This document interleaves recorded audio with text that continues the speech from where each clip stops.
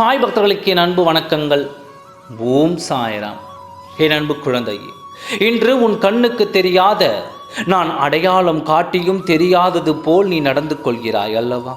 அந்த துரோகியை பற்றித்தான் நான் பேச வந்துள்ளேன். நம்ப கூடாதவர்களை தான் நீ நம்பி வழிகிறாய். இப்பொழுது அவர்களிடத்தில் இருந்து ஒரு காரியத்திற்காக காத்திருக்கிறாய். நீ நம்பக்கூடாத அவர்கள் உனக்கு நல்லது செய்தார்களா? அவர்களிடம் நீ எப்படி நல்லதை எதிர்பார்க்கிறாய்? நல்லது என்ற வார்த்தைக்கே அர்த்தம் தெரியாதவர்கள் அவர்களிடத்தில் நல்லதுக்காக நீ கேட்டால் மனதார செய்வார்களா என்று ஒரு முறை நீ யோசித்தாலே அவர்களது எண்ணம் உனக்கு புரிய வரும். இன்றும் அவர்கள் உனக்கு துரோகங்களை மட்டும்தான் செய்து வருகிறார். அவர்களை நம்பி உன் இல்லத்திற்கு விட்டால் அவர்களது கண்கள் உன் இல்லத்தை அப்படியே பார்த்து கண்கள் பட்டு பொல்லாத கண் திஷ்டியை கொடுத்து இவர்கள் செய்யும் வேலையில் இருந்து உன் குடும்பம் மீண்டும் வருத்தப்படு செய்ய காத்திருக்கிறார்கள். இந்த துரோகி உன் இல்லத்தில் ஒரு திருட்டு வேலையும் செய்திருக்கிறார். அதை இன்னும் நீ கண்டுபிடிக்கவும் இல்லை, தெரிந்து கொள்ளவும் இல்லை.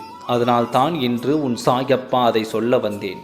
இன்று இந்த வாக்கை அதை கேட்ட பிறகாவது அவர்களை நம்பி இருப்பதை விட்டு விடுவாய் அல்லவா? அதற்காகத்தான் உன்னிடம் சொல்ல வந்தேன். உறவுக்காக உன் வாழ்க்கையை இழந்து விடாதே.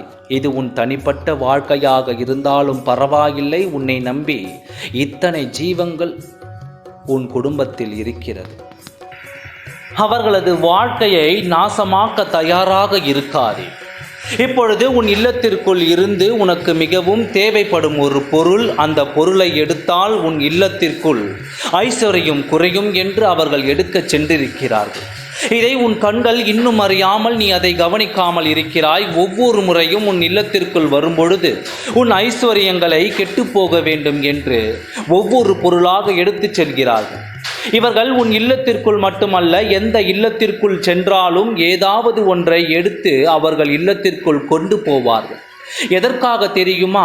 அவர்கள் இல்லம் மட்டும்தான் ஐஸ்வர்யங்கள் இருக்க வேண்டும் என்ற எண்ணத்தில், இந்த எண்ணத்தோடு ஒவ்வொரு குடும்பத்திலும் இருந்தும் எடுக்கும் பொருளை வைத்து வாழ்ந்து விடலாம் என்று அவர்கள் நினைக்கிறார்கள்.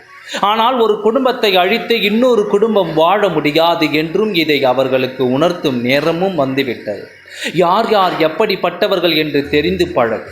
இல்லையேல் உன் வாழ்க்கையை நீ இழப்பாய். ஏனென்றால் இவர்களை நம்பி நீ இழக்கப் போகும் மிகப்பெரிய விஷயமாக இருக்கிறது.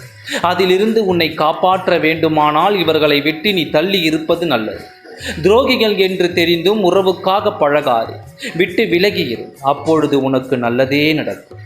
ஓம் சாய்ராம். நன்றி, வணக்கம்.